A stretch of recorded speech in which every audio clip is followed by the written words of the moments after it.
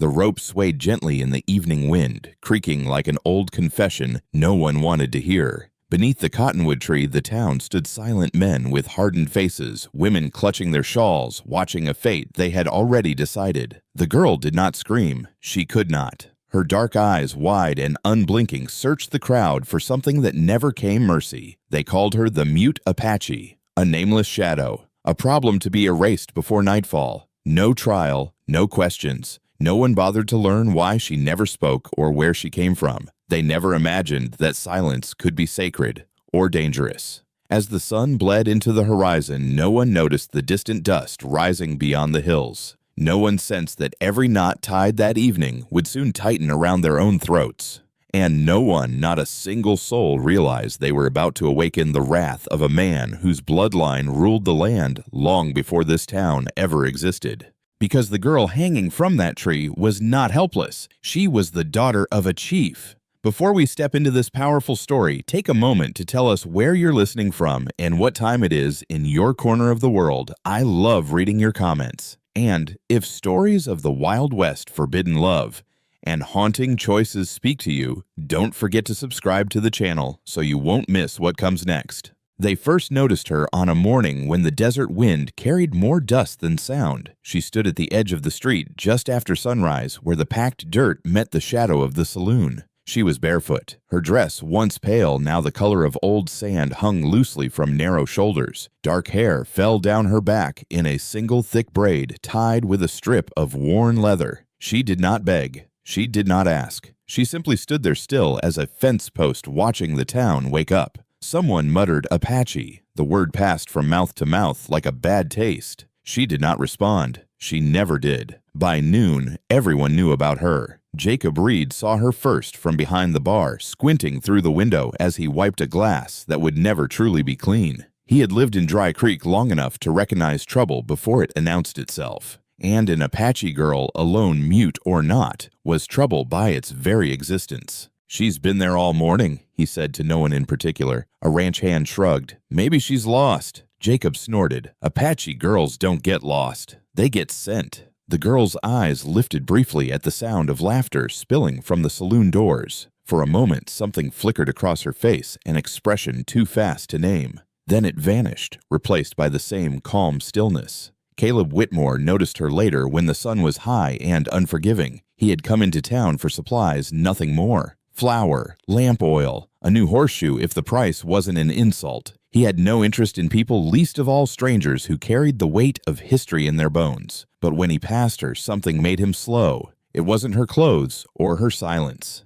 It was the way she watched everything without fear, without pleading, as if she were not waiting for kindness nor expecting cruelty, as if she already understood how this would end. Caleb felt a tightening in his chest he didn't like. "You all right?" he asked before he could stop himself. The girl turned her head toward him. Her eyes were dark, almost black, and impossibly steady. She studied his face the way a tracker studies disturbed earth. She said nothing. Caleb cleared his throat. "You hungry?" She hesitated, just a fraction. Then she nodded once. He handed her a piece of bread from his satchel. She took it carefully, as though sudden movements might shatter something fragile between them. When her fingers brushed his, he felt how cold they were. "Can't talk?" he asked, softer now. She shook her head. Something about the gesture felt final, permanent. Before he could say anything else, Sheriff Harold Boone's voice cut through the street. "What's going on here?" Boone approached with long, confident strides, his badge catching the sunlight. He was a tall man, broad through the shoulders, with a neatly trimmed mustache and eyes that never seemed to blink enough. Control followed him like a shadow. Caleb stepped back instinctively. "She's just eating," Caleb said. Boone looked at the girl as one might look at a stray dog, calculating whether it might bite. "You," Boone said sharply. "Where did you come from?" The girl did not answer. Boone's jaw tightened.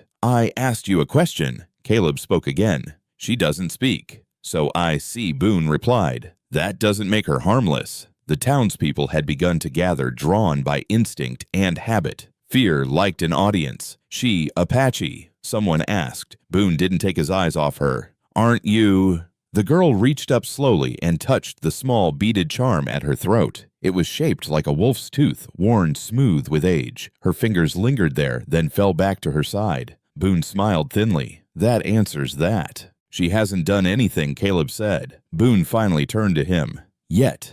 The words settled over the street like dust. By afternoon, the whispers had grown louder. They said she'd been seen near the Wilson Ranch 2 nights before the horses went missing. They said she watched people the way predators watch prey. They said silence was a trick, that Apaches used it to hide their lies. No one noticed how she flinched when someone shouted, or how she avoided the church steps entirely, or how she slept curled behind the livery stable, one hand always wrapped around that small charm at her throat. Only old Martha noticed. Martha lived at the edge of Dry Creek, where the town thinned into scrub and memory. She had seen wars come and go. She had buried 2 husbands and a son. She knew the difference between guilt and fear. That night, Martha left a bowl of stew by the stable without saying a word. From the shadows, she watched the girl approach cautiously like a wounded animal. The girl bowed her head, once deep respectful, before eating. Martha felt a chill run through her bones. She had seen that gesture before, long ago, when men rode through these lands who answered to no sheriff.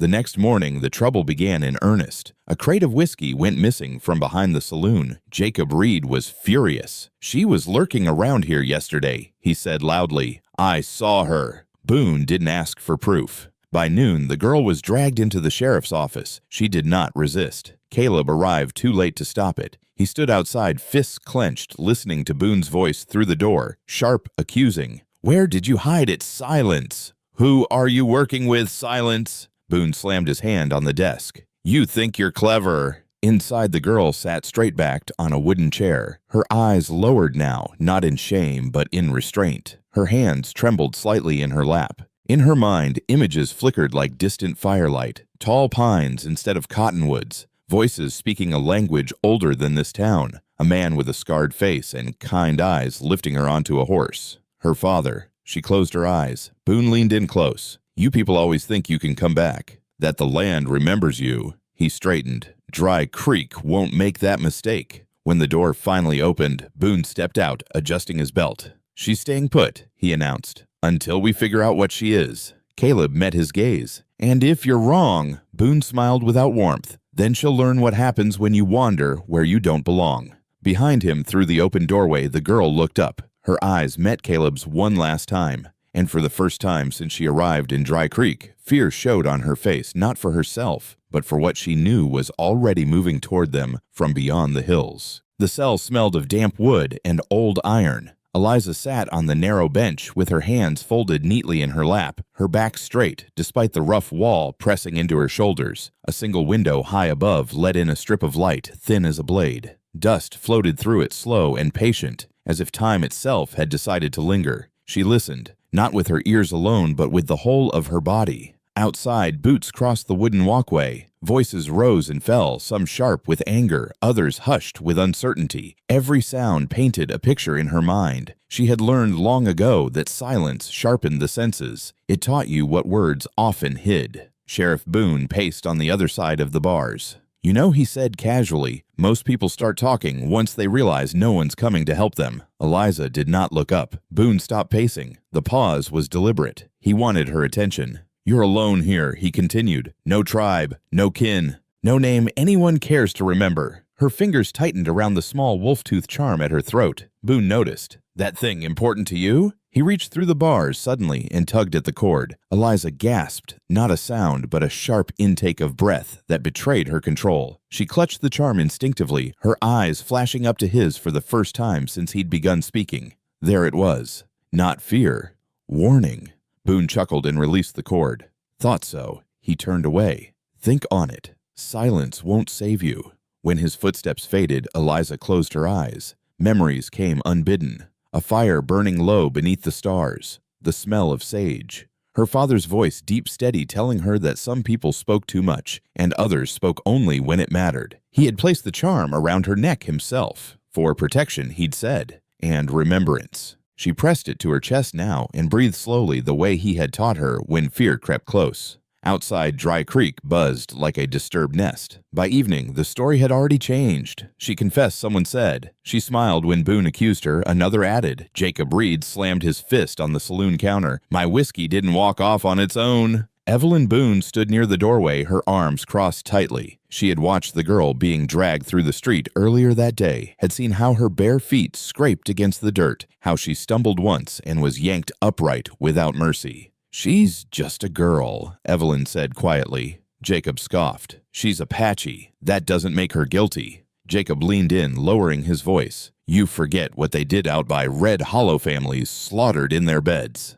Evelyn's eyes hardened. "I remember what fear makes people imagine." Across the room, Caleb Whitmore sat alone, untouched drink sweating in front of him. He hadn't spoken since Boone locked the girl away. The words, "You people always think you can come back," echoed in his head. He remembered another time, another place, smoke curling into the sky. A village burned because orders had been given and questions had not been asked. Caleb stood abruptly. "Where are you going?" Jacob called. To think, Caleb replied, already heading for the door. Night fell heavy and close. Eliza lay on the bench, staring at the dark. Sleep came in fragments. Each time she drifted, she saw her father's face calm, unyielding. She saw riders silhouetted against the moon dust rising beneath their hooves. "They are coming," she thought. "They must not come too soon." At dawn, a scream shattered the quiet. It came from the edge of town. Eliza jolted upright as footsteps thundered toward the jail. Boone burst through the door moments later, his expression tight with grim satisfaction. "Seems we have more trouble," he said. A ranch hand had been found beaten near the river, alive but badly shaken. He swore he saw an Apache woman near the water, Boone announced to the gathered townspeople an hour later, said she ran when he called out. Eyes turned instinctively toward the jail. Caleb stepped forward. "You're saying she escaped?" Boone shook his head. "No, I'm saying there's more than one." A murmur rippled through the crowd. Boone raised a hand. "This is how it starts. 1 becomes 10. 10 become a war party." Evelyn's voice cut through the noise. "Or someone's lying." Boone looked at her sharply. "You think I staged this? I think fear makes convenient stories," she replied. The silence that followed was brittle. Boone turned back to the crowd. "We cannot wait. Not this time." That afternoon, Eliza was taken from the cell and marched through town under armed watch. She walked steadily, her head high, though her heart pounded against her ribs. She felt every stare like a weight. Hatred, curiosity, doubt. Caleb followed at a distance. At the edge of town, Boone stopped beside the old cottonwood tree. Its branches stretched wide leaves, whispering softly in the breeze. "This is where we draw the line," Boone said. "She stays here until we know the truth." Rope hung loosely from one branch, not yet tied into a noose, but close enough to make the message unmistakable. Eliza's breath caught, not because she feared death, but because she understood what Boone intended. They want a warning, she realized, not justice. Boone leaned close to her ear. "Your people will see. They'll turn back." Her eyes met his. Slowly, deliberately, Eliza shook her head. Boone straightened, irritation flashing across his face. Still nothing to say. She lifted her hand and pressed 2 fingers to her throat, then pointed toward the distant hills. Her movements were graceful, precise. Boone frowned. "What's that supposed to mean?" Caleb felt a chill. He knew that gesture. He had seen it once before carved into stone near a canyon wall. A mark of leadership. "She's warning you," Caleb said quietly. Boone laughed. About what ghost stories? Eliza's gaze shifted past them to the horizon where the land rose and fell in soft, deceptive curves. Far beyond what any of them could see, dust stirred, and the earth began to remember its old masters. The cottonwood tree had stood longer than the town itself. Its roots twisted deep into the earth, drinking from secrets buried beneath layers of dust and bone. Long before Dry Creek had a name, before fences cut the land into claims and lies, the tree had watched riders pass beneath its branches, some never to return. Now Eliza stood at its base. Her wrists were bound loosely with rope, more symbolic than necessary. She had not fought them. Resistance would only feed their certainty. Her stillness unsettled them more than screams ever could. Sheriff Boone paced in front of the gathered crowd, boots grinding the dirt into powder. "This is not a punishment," he announced. "This is protection." Caleb Whitmore clenched his jaw. Protection for who, he asked. Boone didn't look at him. "For this town." A few men nodded. Others shifted uneasily. No one stepped away. Eliza lifted her eyes to the branches above, leaves trembling softly in the wind. Sunlight filtered through them in broken patterns, painting her face in gold and shadow. For a moment, she looked almost peaceful. Evelyn Boone stood near the back of the crowd, her hands pressed together tightly. She could not look away. Something about the girl's posture, proud, composed, felt wrong for someone who was supposedly guilty. "This isn't right," she whispered to Thomas Hale. The preacher swallowed hard. "Sometimes God tests us." Evelyn shook her head. "No, sometimes we test him."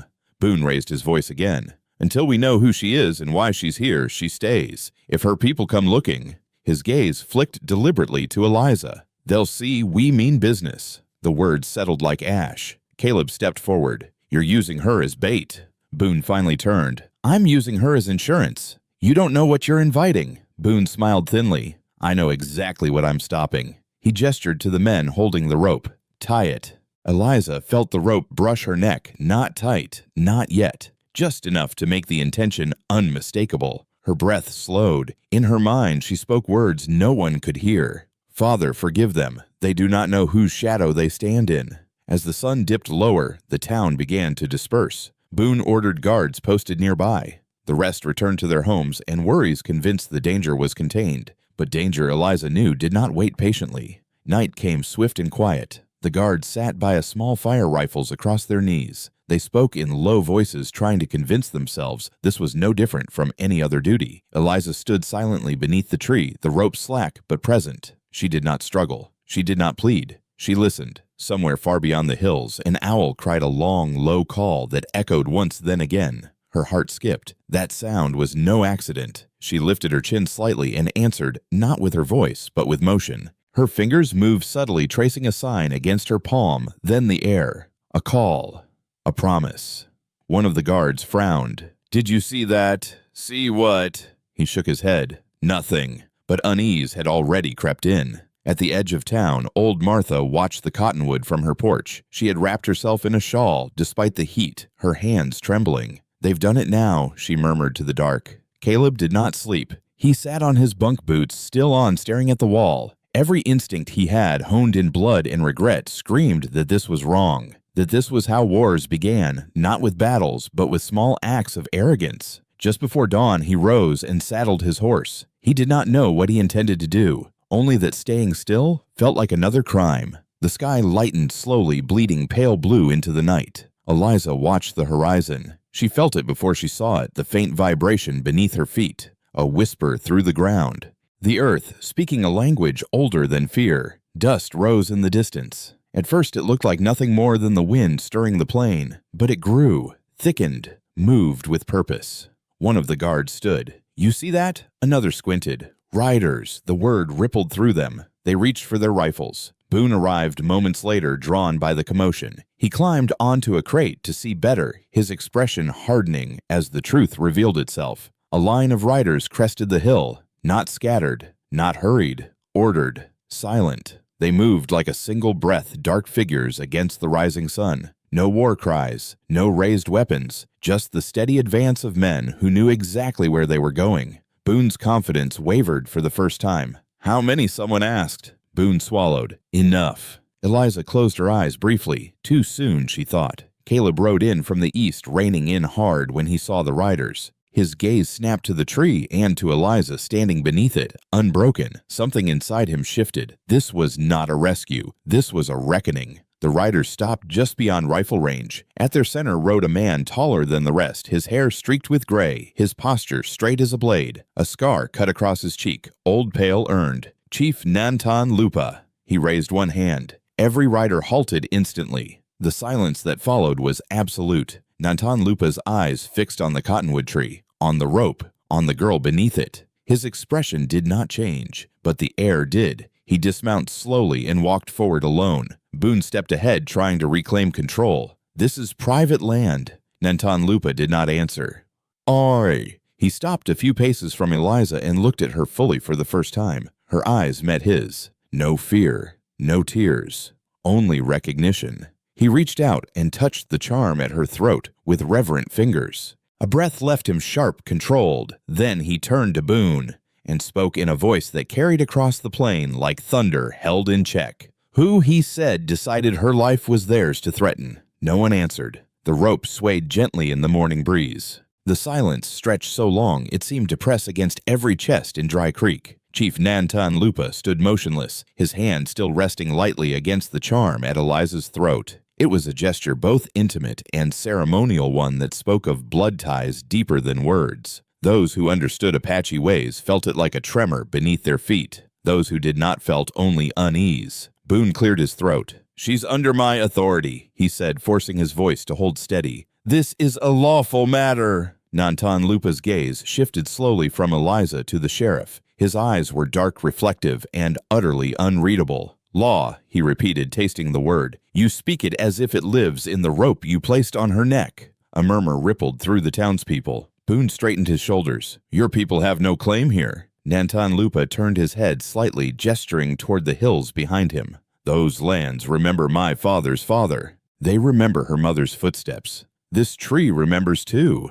Eliza's fingers tightened subtly around the charm. Caleb stepped forward, unable to stop himself. "She never spoke," he said. "Not once." Nantan Lupa looked at him, then truly looked. "Because her voice is not given lightly." Boone's patience snapped. "Enough riddles. If she's yours, why didn't she say so?" Eliza's eyes flicked to Boone, then back to her father. Nantan Lupa answered for her. "Because you never asked her name." The words landed like a blow. Evelyn Boone felt her breath catch. She had watched the girl for days, silent, observant, restrained, and had never once wondered what silence might protect. "What is her name?" Evelyn asked quietly. For a moment, Nantan Lupa said nothing. Then he placed his palm flat against his chest. "Eliza," he said, "born under the wolf moon, my daughter." A sharp intake of breath swept through the crowd. Jacob Reed's face went pale. Chief's daughter Boone laughed, once harsh and disbelieving. "You expect us to believe that Nantan Lupa's eyes never left him?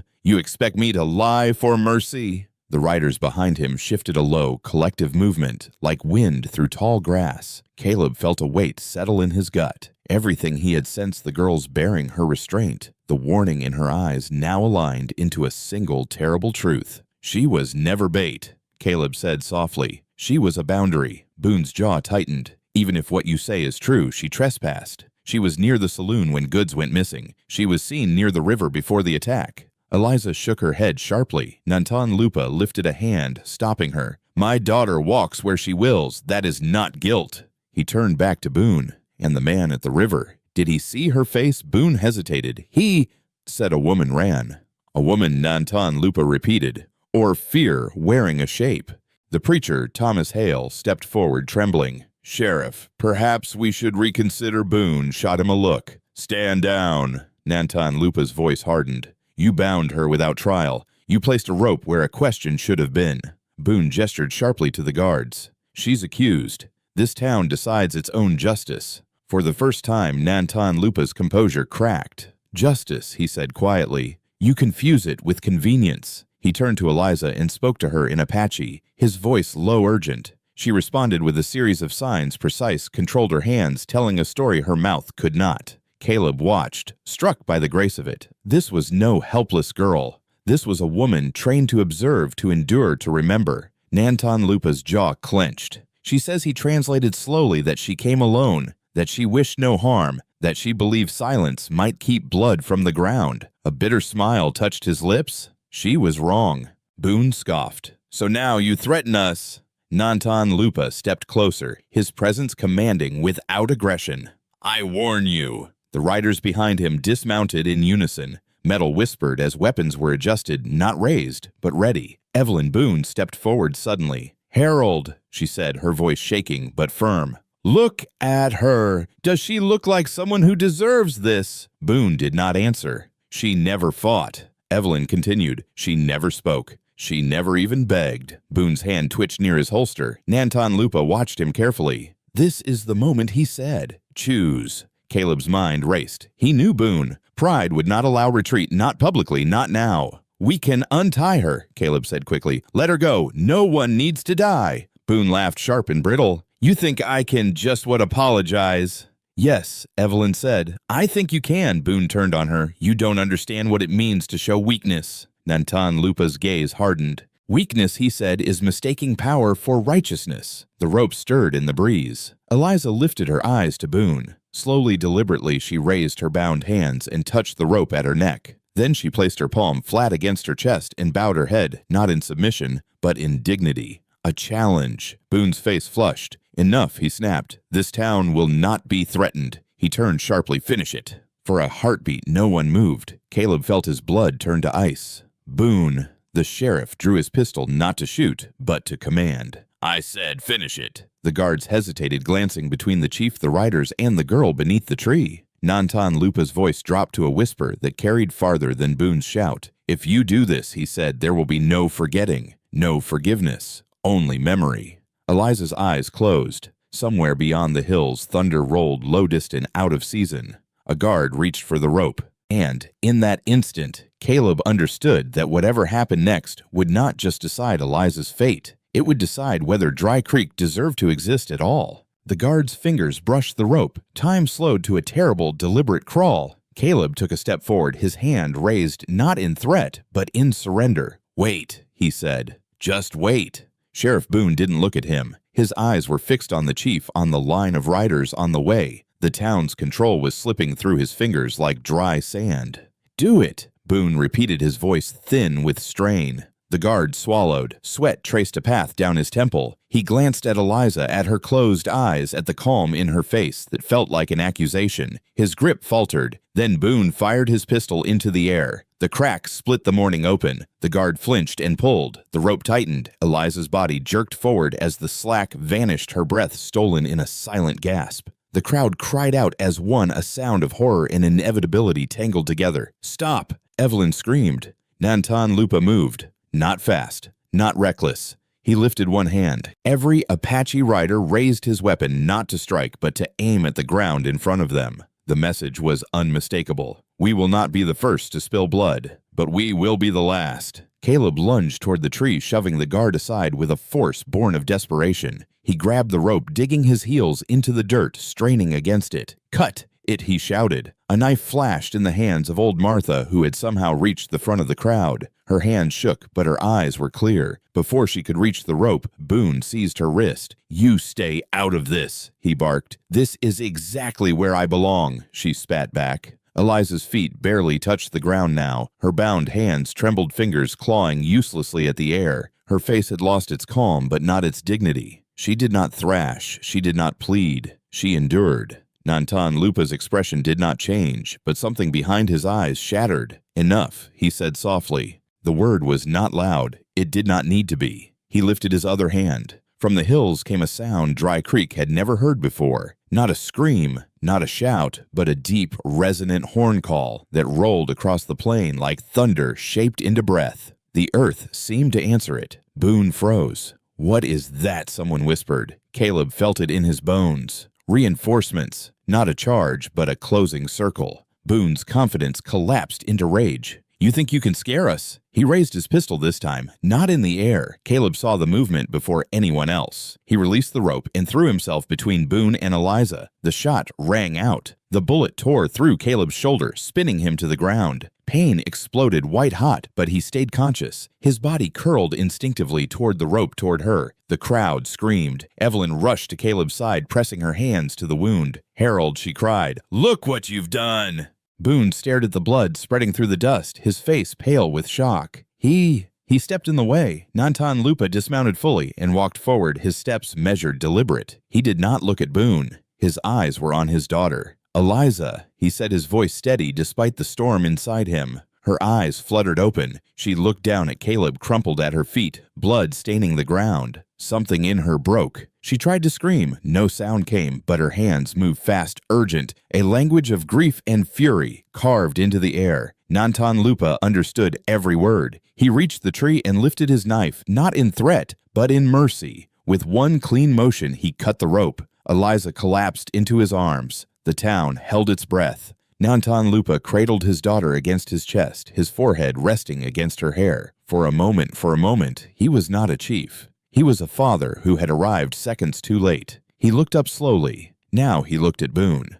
This, he said quietly, is the cost of your fear. Boone backed away instinctively. She's alive, he said weakly. You should be grateful. Nantan Lupa's gaze hardened. Gratitude is not owed where mercy was denied. The riders closed in, not attacking, but surrounding the town with a presence that was impossible to ignore. Dry Creek felt suddenly very small. Evelyn stood, bloodied hands shaking. Harold, she whispered, end this. Boone's eyes darted from face to face. The town he ruled now watched him with something close to revulsion. "I was protecting them," he insisted. "I did what I had to." Caleb groaned softly, trying to rise. Eliza twisted in her father's arms, reaching for him. Nantan Lupa saw it. He handed Eliza to one of the women who had ridden with them, her aunt, her guardian. Then he knelt beside Caleb. "You chose to stand," Nantan Lupa said. Why? Caleb swallowed through the pain. Because someone had to. Nantan Lupa studied him for a long moment.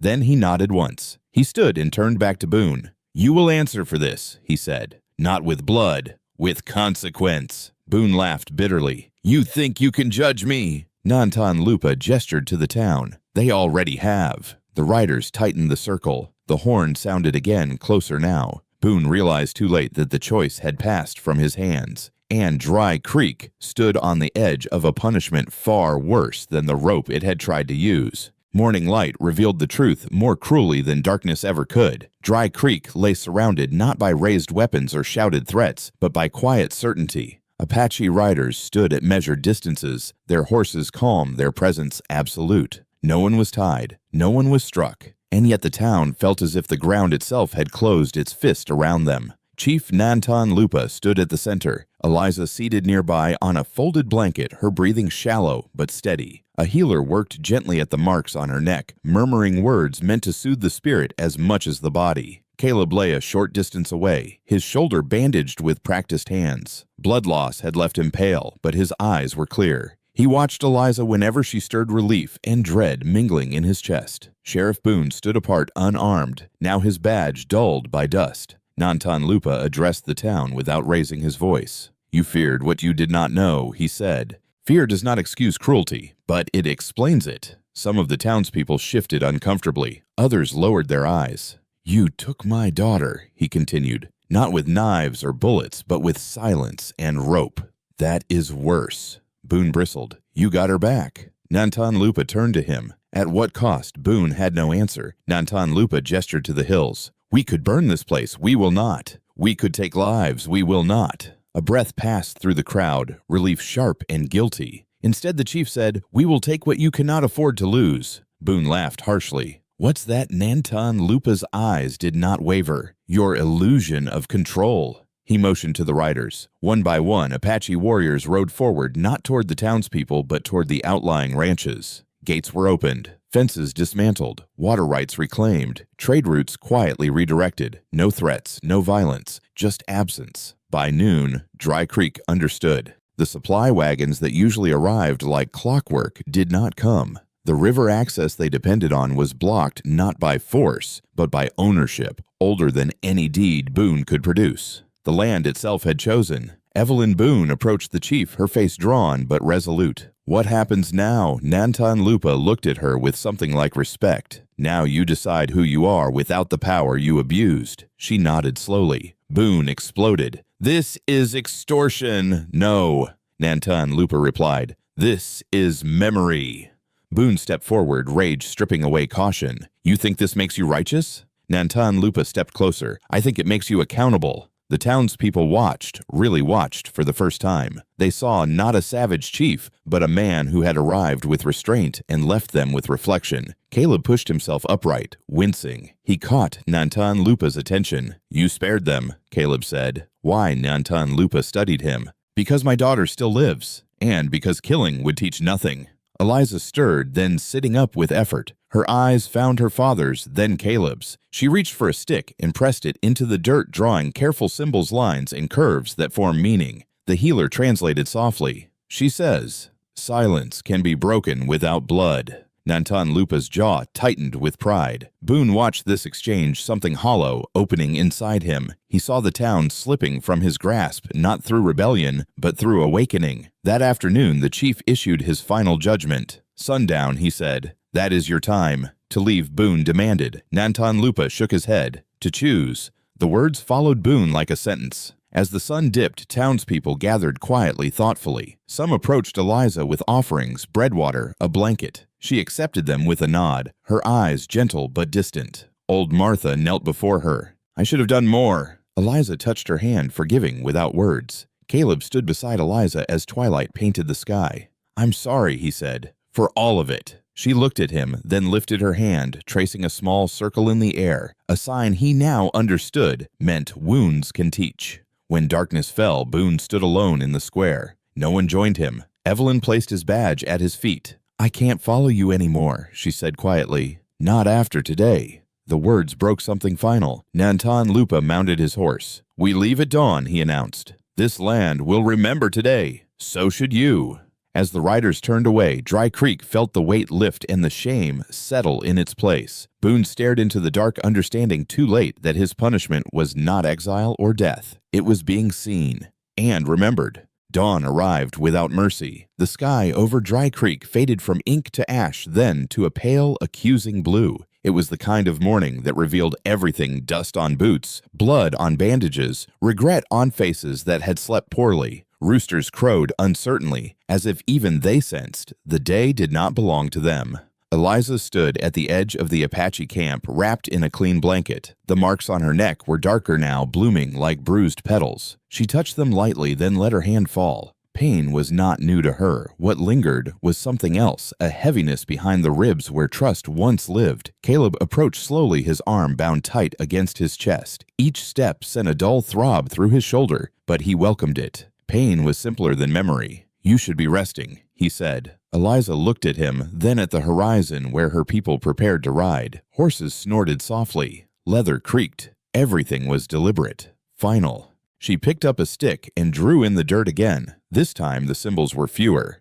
The healer read them quietly. She asks, "What you will do now?" Caleb exhaled. "I don't know yet." Eliza tilted her head, studying him the way she had that first morning, measuring, weighing. Then she drew another symbol, firmer this time. The healer swallowed. She asks, "What you owe?" Caleb felt the word settle into him like a stone. Before he could answer, Chief Nantan Lupa joined them. He looked rested, but his eyes held the sharp clarity of someone who had not slept at all. "It is time," he said. The riders formed lines. Children were lifted onto saddles. Women secured bundles. There was no chaos, only purpose. The chief turned to Caleb. "You stood when others stepped back." Caleb shook his head. "I was late. Late is still a choice," Nantan Lupa replied. Eliza's gaze flicked between them. "My daughter does not speak," the chief continued, "but she listens. She remembers." Caleb met Eliza's eyes. "I won't forget," he said. "Not what I did, not what I failed to do."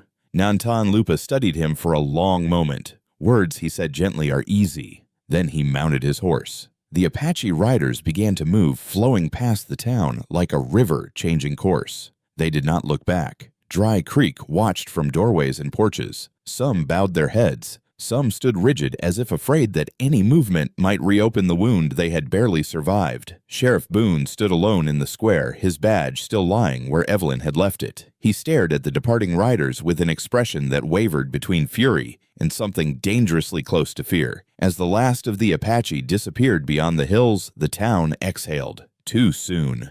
The horn sounded again, shorter this time. Not a warning, a summons. Nantan Lupa reined his horse to a halt on the ridge and turned back. One rider broke from the line and returned at a gallop. He dismounted before the chief and spoke quickly, urgently. Nantan Lupa's jaw tightened. He looked toward Dry Creek once more. Caleb felt a chill creep up his spine. "What is it?" Caleb asked. The chief's gaze fixed on Boone. "The land has spoken," he said, "and it is not finished." The rider translated for the healer, who repeated the words aloud for those who had gathered. "Another party approaches," the healer said. "Not Apache." Dust rose again on the far edge of the plain, but this time it moved differently, faster, disordered. Caleb recognized the pattern with sickening clarity. Riders who did not move with purpose but hunger. "Outlaws," he muttered. Boone's head snapped up. "How many?" The rider answered without hesitation. "Enough to burn what's left." Panic rippled through the town. Boone laughed, once hollow and sharp. "So this is your doing," he shouted at the chief.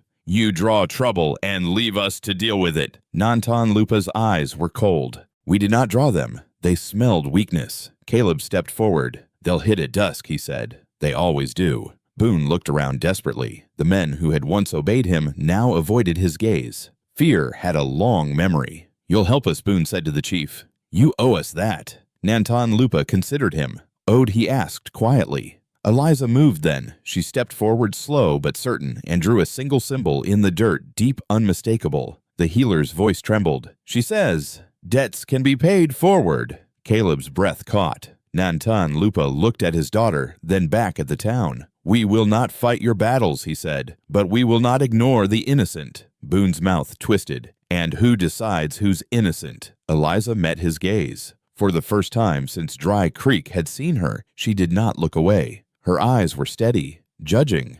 Nantan Lupa spoke again. "Those who stand," he said, "will be remembered. Those who hide will be counted." The Apache riders shifted not into attack, but into observation. Caleb felt the weight of the moment press down on him. This was not about defense. This was about reckoning.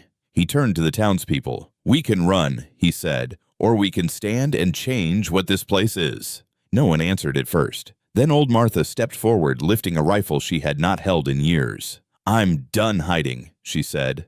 A ranch hand joined her, then another. Evelyn Boone moved to Caleb's side. Boone watched it all unfold, the town choosing without him. As the sun climbed higher, the dust cloud on the horizon grew thicker. The outlaws were coming, and this time Dry Creek would face the consequence of who it had decided to be.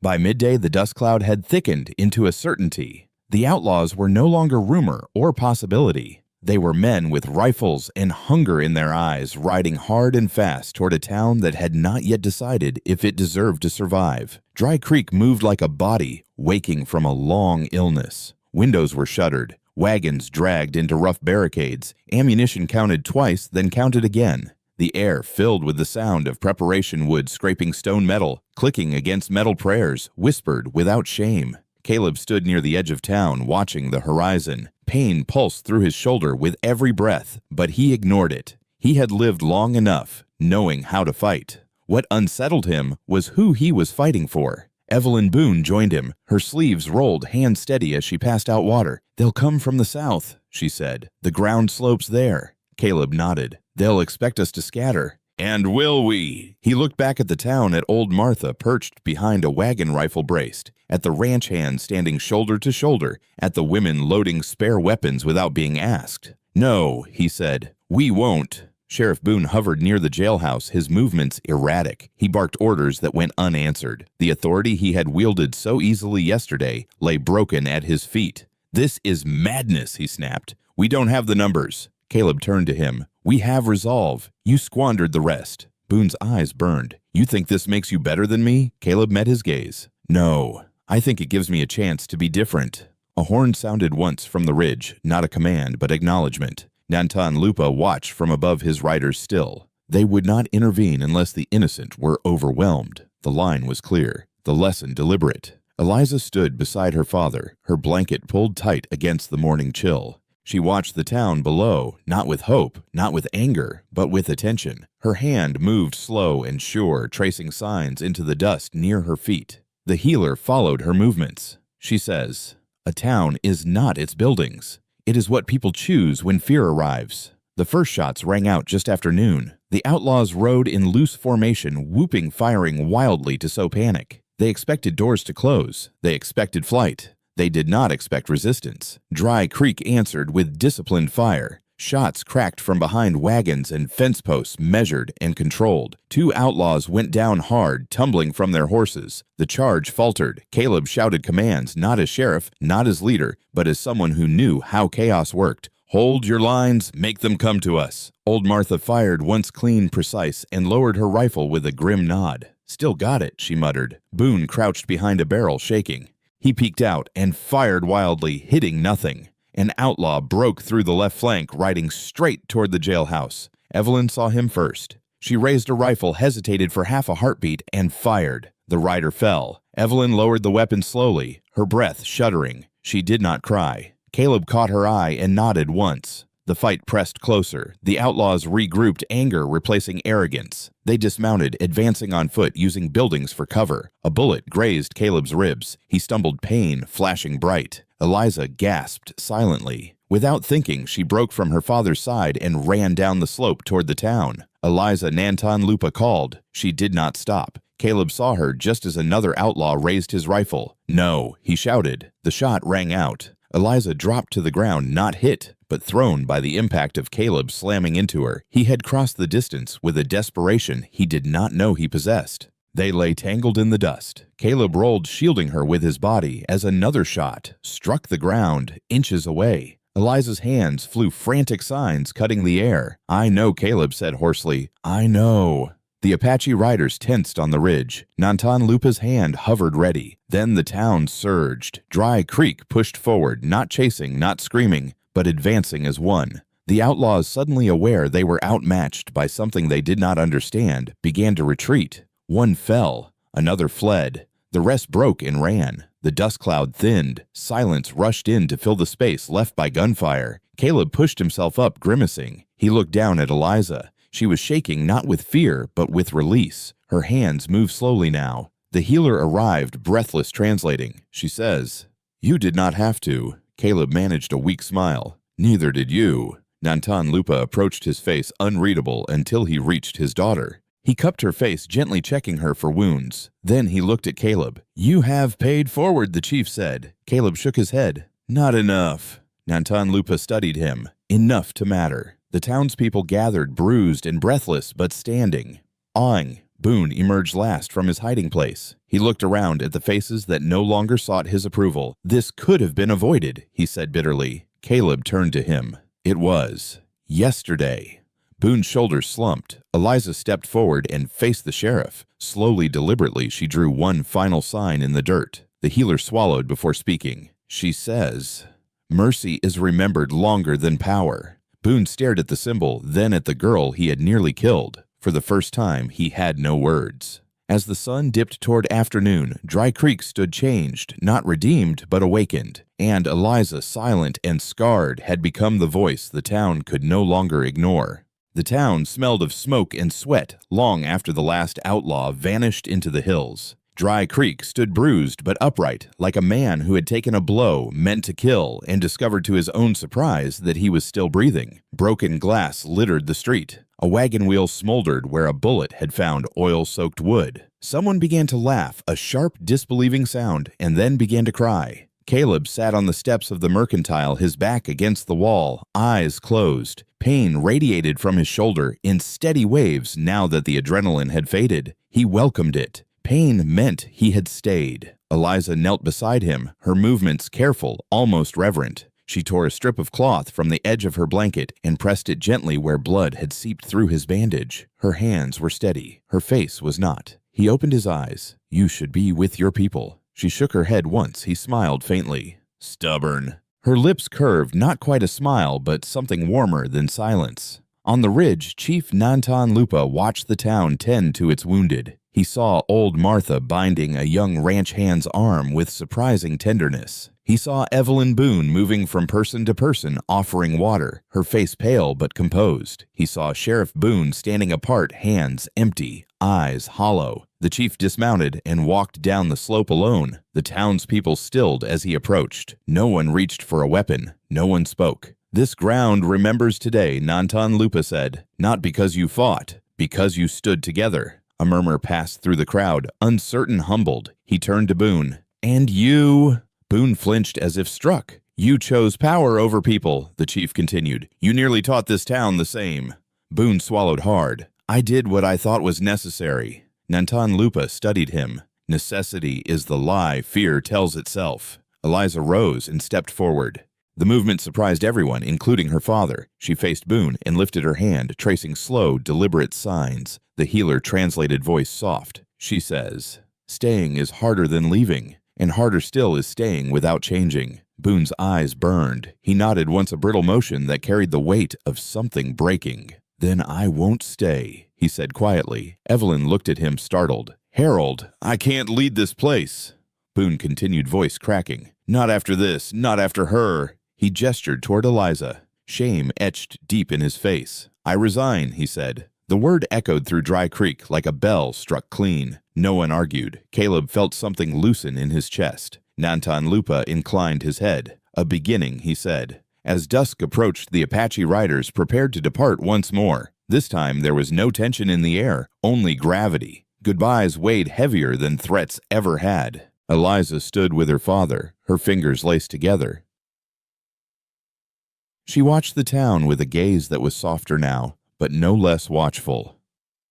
Caleb approached, slowly removing his hat. "I don't know what happens next," he said, "but if you ever need—" Eliza lifted her hand, stopping him. She stepped closer and pressed the wolf-tooth charm gently into his palm. His breath caught. "I can't take this." She shook her head and signed quickly. The healer smiled through tears. "She says it protected her. Now it reminds you." Nantan Lupa placed a hand on Caleb's shoulder. "Memory," he said, "is a form of duty." Caleb closed his fingers around the charm, feeling its worn edges. "I'll remember," he promised. The chief mounted his horse. The riders followed a quiet river, turning back toward the horizon. Eliza paused, looking back one last time. She met Caleb's eyes. For a moment, it felt as if words might finally come. They did not. But something else passed between them, something lasting. As the Apache disappeared into the fading light, Dry Creek stood alone with its choices. Night fell gently this time. Lanterns were lit. Fires banked. The town gathered not in celebration, but in resolve. There was work to be done. Fences to rebuild. Trust to earn. Caleb remained on the steps, the charm warm in his hand. Evelyn joined him, sitting heavily. "We'll need a new sheriff," she said. Caleb shook his head. "Not me." She smiled faintly. "Good." He looked out at the quiet street. "I'll stay," he said. "If that's all right." Evelyn nodded. "It is." Above them, the cottonwood tree rustled softly in the night breeze. The rope had been removed, but the mark on the branch remained a scar, visible only if you knew where to look. Dry Creek would remember, and for the first time remembrance felt like a promise, not a threat. Weeks passed, but Dry Creek did not return to what it had been. It could not. The town moved differently now, slower, more deliberate. People greeted one another by name instead of suspicion. Doors still locked at night, but fewer hands rested on gun handles at the slightest sound. Memory lingered like dust that refused to settle. Caleb Whitmore healed at a steady pace. His shoulder mended badly. He would never lift a rifle the way he once had, but he accepted that as payment rather than loss. Each morning, he walked the perimeter of town, checking fences, helping where needed. He spoke little. When he did, people listened. They trusted him. That knowledge unsettled him more than gunfire ever had. At the cottonwood tree, the rope scar remained a pale line where bark had been stripped away. Caleb visited it often, standing beneath its branches in silence. He did not pray. He remembered. One afternoon, a rider appeared on the horizon. Not Apache. The town stiffened instantly. Caleb saw it first and raised a hand, not to alarm, but to steady. "One rider," he said. "Alone."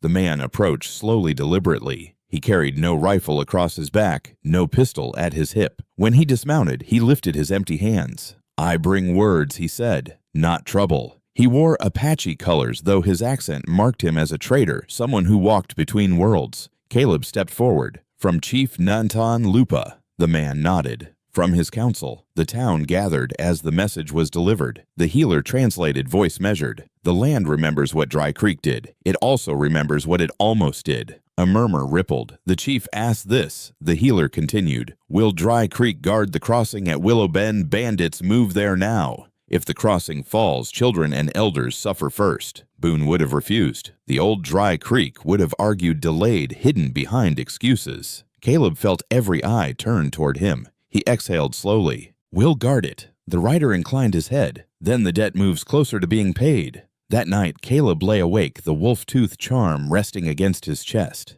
He understood now this was the price of staying. Not comfort, responsibility. At dawn, he gathered volunteers. Old Martha came without being asked. So did 2 ranch hands and a young woman who had never fired a rifle before the outlaws came. They rode out together. Willow Bend was quiet when they arrived, the river sliding past smooth stones with deceptive calm. They set watches, built fires, Low kept their presence visible. They did not hunt trouble. They made it think twice. On the 3rd night, shadows moved beyond the tree line. Caleb raised a hand. The group stilled. Figures emerged, bandits testing the crossing eyes, gleaming with calculation. They expected fear. They found resolve. Caleb stepped forward into the firelight, hands open. "This crossing is guarded," he said. "Turn back." The bandits laughed until old Martha lifted her rifle and spoke calmly. "Last warning." The bandits left. No shots fired. No blood spilled. When the rider returned days later, he nodded once. "The chief will hear of this." Life pressed on. Dry Creek repaired what had been broken inside and out. The mercantile reopened. Children played near the river again. The jailhouse remained empty, its door open, its purpose uncertain. Evelyn Boone organized a council, not a sheriff's office, never again, but a circle. Decisions were debated, not declared. Caleb refused any title. "I'll stand when needed," he said. No more than that. One evening, as the sun sank low, another Apache rider appeared. This one was familiar. Eliza dismounted at the edge of town. For a heartbeat, no one moved. Then Caleb stepped forward, heart hammering like a thing alive in his chest. She looked stronger now. The bruises had faded. The quiet dignity remained. They stood facing one another, the space between them charged with everything unsaid. She lifted her hand and signed slowly. The healer who had traveled with her translated softly. She says, "The land is watching you." Caleb nodded. "I know." Eliza studied him, then reached into her pouch and drew out a small carving wood, shaped into a simple circle, unbroken. She says, "Not all circles are traps." She placed it in his palm. He closed his fingers around it. "Will you stay?" Eliza glanced toward the hills where her father waited. Then she looked back at the town, the cottonwood, the river, the people who had learned too late, but learned nonetheless. She shook her head gently. "Not yet." Nantan Lupa approached, his gaze steady. "My daughter wished to see," he said, "to know if memory had become action." Caleb met his eyes. "Has it?" the chief considered. "It is becoming so." Eliza lifted her hand one last time, signing with careful precision. The healer smiled. She says, "The land forgives slowly. So do people." As the Apache turned back toward the horizon, Caleb felt the weight of it settle, not as burden, but as direction. Dry Creek would never be what it was, and that he understood now was exactly what the land demanded in return. Autumn arrived quietly, as if the land itself wished not to draw attention to the change. Leaves along the river turned the color of old copper. Nights cooled enough to make fires necessary again. Dry Creek welcomed the season with a wary gratitude, thankful for survival, cautious of comfort. Caleb felt the shift in his bones. He spent more time beyond the town, now riding fence lines, walking the old paths where Apache signs still lingered, faint but clear. The wooden circle Eliza had given him rested always in his pocket, smooth from constant touch. It reminded him that staying was not a single choice, but a daily one. One morning, old Martha met him near the cottonwood. "They're coming back," she said simply. Caleb nodded. He had felt it too, not fear, but inevitability. By noon, Apache riders appeared at the edge of town, not in force, but in number enough to be seen and counted. They rode openly, calmly, with no urgency. This was not a threat. This was a reckoning. The town gathered again as it had weeks before, but this time without panic. People stood straighter. No one reached for a weapon. Chief Nantan Lupa dismounted first. Behind him rode Eliza. Her presence sent a murmur through the crowd. Not fear now, but something closer to respect. She sat tall in her saddle, her gaze steady, the scars on her neck, faint but visible. She did not hide them. Nantan Lupa raised a hand. "We come to speak." Evelyn Boone stepped forward, joined by the council. "Then we listen." The chief's eyes swept over the town. "The land remembers Dry Creek's choice at Willow Bend," he said. "It remembers that you stood when standing cost you safety." A breath moved through the crowd, but memory, he continued, is not finished with you. He turned his gaze toward the jailhouse, the empty building door still open. "Justice delayed becomes poison," he said, "and poison spreads." Caleb felt the weight of the words settle. Nantan Lupa gestured, and two riders brought someone forward. Sheriff Harold Boone. He looked thinner now, older. His eyes no longer held command, only exhaustion. His hands were unbound. A ripple passed through Dry Creek. Boone's voice cracked. "I didn't ask for this." "No," Nantan Lupa said calmly. "You created it." Boone looked around desperately. "I resigned. I left. What more do you want?" Eliza dismounted and stepped forward. She lifted her hands and began to sign, not quickly, not angrily, but with deliberate care. Every movement carried meaning, shaped by restraint. The healer translated voice quiet. She says, "Punishment that teaches nothing is another kind of silence." Boone stared at her, something raw opening in his face. Nantan Lupa spoke again. "You used power to erase a life. You will now use your life to repair what you damaged." Boone frowned. "How you will stay?" the chief said. A stunned silence followed. "Stay," Boone echoed. "You will live in Dry Creek without authority." Nantan Lupa continued. You will work its hardest labor. You will serve those you once commanded. And every day you will see the girl whose life you nearly ended." Boone shook his head. "That's not justice." Eliza stepped closer and signed again. The healer's voice wavered. She says, "Justice is not what hurts you. It is what changes you." Boone's knees buckled. He sank to the ground, dust rising around him. For a long moment he did not move. Then he looked up at Eliza. "I don't know how to live with what I did," he whispered. Eliza met his gaze. Slowly she lifted her hand and placed it flat against her chest, then pointed to the ground beneath them. The healer smiled sadly. She says, "You start here." Nantan-Lupa nodded once. "Mercy," he said, "is heavier than punishment. Carry it well." Boone bowed his head. The Apache riders turned their horses outward, giving the town space. This was Dry Creek's moment, not theirs. Evelyn Boone stepped forward, tears streaking her face. "I will help," she said. "Not for him. For the town." Caleb watched Boone rise slowly, shoulders bent beneath an invisible weight. This was not forgiveness. It was responsibility, harder, longer, unavoidable. As the crowd dispersed, Eliza lingered near Caleb. She signed carefully, her hands slower now, reflective. The healer translated. She asks, "If you will keep watching." Caleb nodded. "As long as I'm able." She studied him, then reached out and touched the scar on his shoulder, gentle acknowledging. Another sign followed. The healer smiled. She says, "Some scars mean you stayed." Nantan-Lupa approached, placing a hand on his daughter's shoulder. "We will return to the hills," he said, "but we will be near." Caleb met his eyes. "You're welcome here." The chief considered. "One day," he said. As the Apache mounted and rode away, Dry Creek felt the strange weight of mercy settle over it, not as relief, but as obligation. Boone was given a shovel before sunset. He dug ditches, repaired fences, hauled water. No one spoke to him harshly. No one praised him either. Each night he slept beneath the cottonwood. Each morning he woke beneath the scarred branch. Eliza watched from the ridge as the town returned to its quiet labor. She touched the faint marks on her neck and then looked to the horizon. The past had not been erased, but it had been answered. Winter crept toward Dry Creek on cautious feet. The nights grew longer, the wind sharper, carrying the promise of frost before dawn.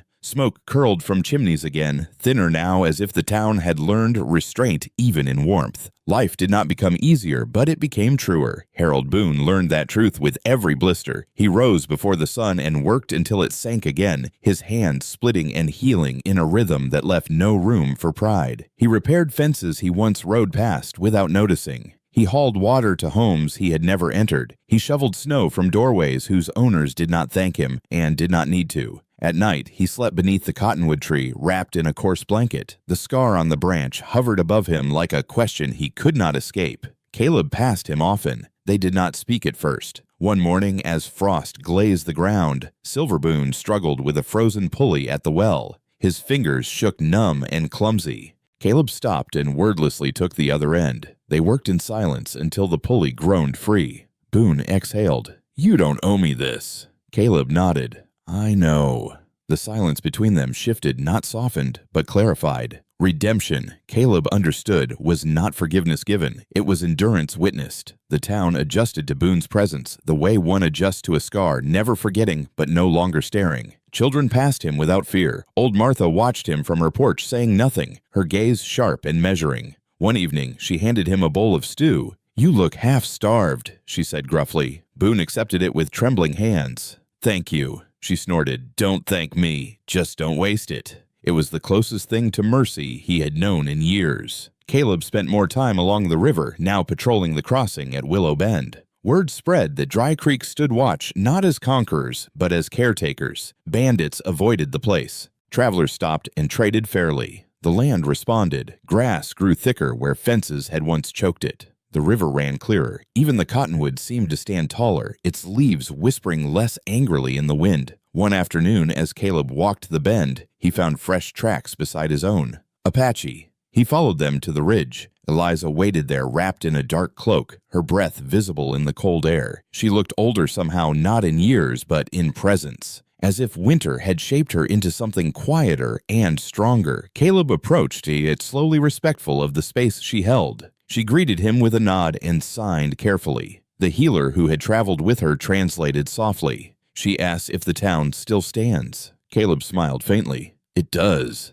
Eliza's eyes searched his face. Another sign followed. She asks if the man beneath the tree still wakes each morning. Caleb nodded. Every day.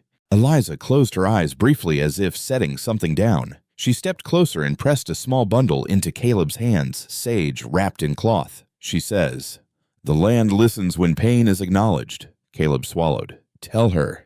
"Thank you." The healer smiled. "She already knows." They stood together for a long moment, the wind moving around them like a living thing. At dusk, Eliza walked through Dry Creek, not as a captive, not as a symbol, but as herself. People stepped aside, respectful. Some bowed their heads. Others met her gaze and nodded. She stopped before the cottonwood. Boone was there mending a tear in his blanket. He looked up and froze. For a heartbeat, the town seemed to hold its breath. Eliza approached him slowly. Boone rose, his movements stiff with fear, and something deeper shame sharpened into humility. "I don't expect," he began, then stopped. Eliza raised her hand. She signed deliberately, each movement precise. The healer's voice carried through the quiet. She says, "You cannot undo what you did, but you can choose what you become."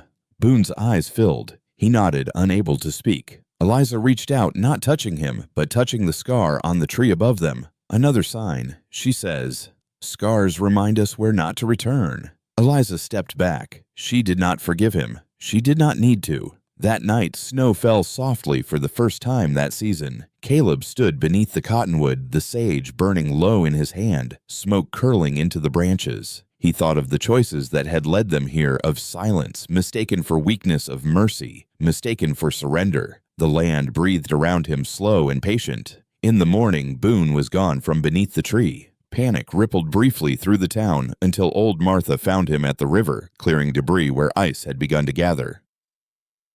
"He didn't run," she said. "He worked." Caleb nodded. "That's how we'll know."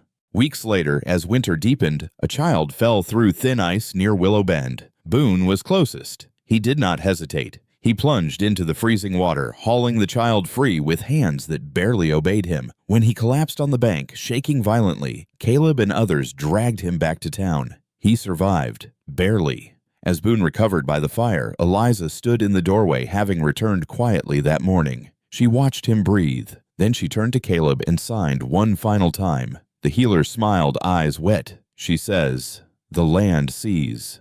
Caleb felt the weight of it settle, not as judgment, but as truth. Redemption was not loud. It did not arrive with absolution or applause. It came like winter, slow, unforgiving, and honest. And in Dry Creek, at last, people were learning how to endure it. Spring did not arrive all at once. It came in fragments. Thin green shoots pushing through frost-softened soil, birds returning cautiously to branches they had abandoned. The river loosening its grip on winter ice with a quiet, stubborn persistence. Dry Creek watched these changes the way one watches a wounded friend begin to heal, hopeful but careful not to expect too much. Eliza returned at the first full thaw. This time she did not come alone. A small Apache caravan rode into view just after dawn. Families, elders, children. No weapons were raised. No alarm sounded. The town recognized the rhythm now. This was not a threat. It was a test of memory. Caleb stood near the well when he saw them. The wooden circle rested warm in his pocket, polished smooth by time and touch. He felt the familiar tightening in his chest, not fear, but awareness. Nantan Lupa rode at the front, his posture as unyielding as ever. Eliza rode beside him, her braid bound with fresh leather, her gaze clear. The town gathered without being called. Evelyn Boone stood at the front of the council, hands folded. Old Martha leaned on her rifle more for balance than need. Children peeked from behind skirts, curious but unafraid. Harold Boone stood apart, a shovel resting against his shoulder. His face was weathered now, lined by labor and restraint. When he saw Eliza, he lowered his gaze not in shame, but in respect. Nantan Lupa dismounted. "We have come," he said, "because the land asked us to look again." He gestured toward Dry Creek. "We see fences repaired not to claim, but to protect. We see a crossing guarded without tribute. We see a man who is powerful learn to serve." His eyes rested briefly on Boone. "And we see a town that remembers," he finished. A breath passed through the crowd. Eliza dismounted and walked forward alone. She moved slowly, deliberately, as if each step carried weight.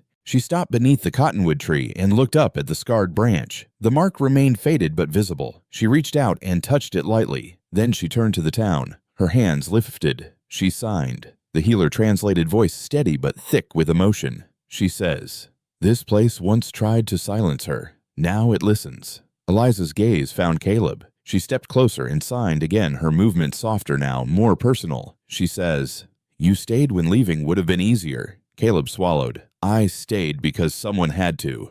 Eliza tilted her head slightly, then signed. She says, "Sometimes staying is how we answer." Nantan Lupa approached, standing beside his daughter. "We will not settle here," he said. "The land beyond the hills still calls us. But the path between our people and this town will remain open." Relief and humility mingled in the air. "This crossing," he continued, "will be shared, guarded together. Not because of treaty, but because of memory." Evelyn Boone bowed her head. "You are welcome here. Always." Nantan Lupa inclined his head. Words spoken with action last longer. The Apache remained for 2 days. They traded fairly. They shared meals, stories passed in fragments, through signs, through glances, through laughter that needed no translation. Children played near the river, watched by eyes that once would have feared one another. Caleb spent those days beside Eliza, not speaking much, not needing to. He learned the patience of her silence, the way she listened not only to people, but to the land itself. On the third morning, the Apache prepared to leave. Horses were saddled, bundles tied. The familiar ache of parting settled in. Eliza approached Caleb last. She reached into her pouch and withdrew the wolf-tooth charm, the twin of the one she had given him months before. She held it out, then shook her head gently and closed his fingers around the wooden circle instead. Her hands moved slowly. The healer smiled. She says, "Some gifts are meant to return." Caleb nodded. "Then I'll keep this." She signed again. She says, "We do not always know when paths cross again." Nantan Lupa mounted his horse. "You have done what was asked," he said to Caleb. "Do not stop." Caleb met his gaze. "I won't." As the Apache caravan moved out, Eliza rode at the rear. She turned once more and raised her hand, not in farewell, but in acknowledgement. Caleb lifted his in return. The dust settled. Dry Creek stood quieter afterward, not emptier but complete in a way it had never been. Boone resumed his work without comment. He no longer slept beneath the cottonwood. He had built a small shelter at the edge of town and rose each morning before anyone else. Redemption, he understood, did not require an audience. One evening, Caleb stood alone beneath the cottonwood, the breeze carrying the scent of new grass. He placed his palm against the trunk, feeling the rough bark, the life beneath. The land did not speak. It did not need to. Dry Creek had learned its language at last. And Eliza, silent, watchful, unbroken, had changed it not by raising her voice, but by refusing to disappear. Years later, people would say, Dry Creek no longer felt like a place built on fear. It was not something you could point to easily, not a law written down, not a monument carved in stone. It lived instead in small, stubborn habits, in the way strangers were asked their names before being judged, in how silence was no longer mistaken for guilt, in how the cottonwood tree was left standing untouched, its scar visible to anyone willing to look. Caleb Whitmore grew old there, not quickly, not easily, but honestly. His shoulder never fully healed, and in winter it ached deep enough to wake him before dawn. He took that as his cue to rise, to walk the river, to check the crossing at Willow Bend. Others joined him over the years, men and women who had learned that guarding the land was not an act of ownership, but of care. Dry Creek never chose another sheriff. Instead, it chose responsibility. Evelyn Boone remained on the council until her hair went silver. She was fair, sometimes painfully so, and people trusted her because she had once spoken when silence would have been safer. Harold Boone lived out his days quietly. He worked until his back bent and his hands stiffened beyond usefulness. When he could no longer lift a shovel, he mended nets at the river. When he could no longer mend, he watched the crossing and warned travelers when storms came. He never spoke of forgiveness. He did not ask for it. When he died years later, old Martha stood beneath the cottonwood and said only, "He stayed." That was enough. Eliza returned only twice more, once when Caleb's hair had begun to gray, and once when it had turned fully white. The first time she came alone.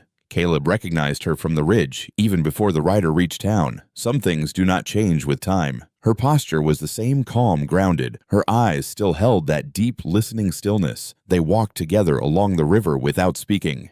At Willow Bend, she stopped and traced a familiar symbol in the dirt. The healer traveling with her smiled. She says, "The crossing is still guarded." Caleb nodded. "It always will be."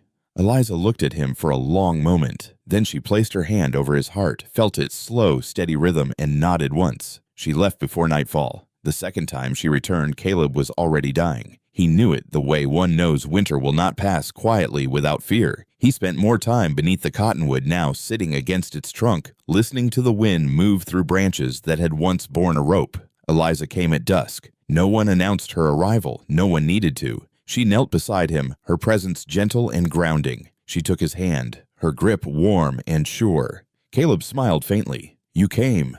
She nodded. He pressed the wooden circle into her palm. "I think this belongs to the land." Eliza closed his fingers around it again and signed slowly. The healer's voice shook. "She says, the land already has you." Caleb chuckled softly, the sound thin but real. "I stayed," he said, "as long as I could." Eliza leaned her forehead against his. She did not cry. She did not need to. When Caleb Whitmore died, the town gathered beneath the cottonwood at dawn. There was no rope, no marker, only a circle of stones and a shared understanding. Eliza stood apart watching as the earth accepted him. She stepped forward when it was done and placed the wolf-tooth charm atop the stones, returning what had once been taken, completing a circle long broken. Her hands moved one last time. The healer translated softly for those who needed words. She says, "Some lives speak after they end." Eliza mounted her horse and rode away as the sun rose. Dry Creek did not follow. It did not need to. The town went on, changed imperfect awake. And the story of the mute Apache girl who had been nearly hanged but never broken passed from one generation to the next, not as a tale of violence, but as a warning and a promise. That silence, when honored, can save lives. That mercy, when chosen, reshapes the land. And that sometimes the most powerful legacy is not a voice raised in anger, but a life that refuses to disappear. Some stories stay with us because they remind us of who we were. Others endure because they ask who we are willing to become. This story is not truly about the Wild West, nor about guilt or redemption alone. It is about how easily fear can silence innocence, and how much courage it takes to listen instead. Eliza never spoke, yet her presence forced an entire town to confront its conscience. Caleb did not save her with strength, but with choice, the choice to stand to stay and to be accountable. In our own lives, we are often given the same choice, to look away when it is easier, or to remain present when staying costs us comfort, pride, or certainty. True mercy is not forgetting the past, it is learning from it and allowing it to change us. If this story moved you, I invite you to share your thoughts in the comments below. What part stayed with you the most? And if you believe stories can still teach us compassion, courage, and responsibility, please subscribe to the channel. Your support helps keep these stories alive.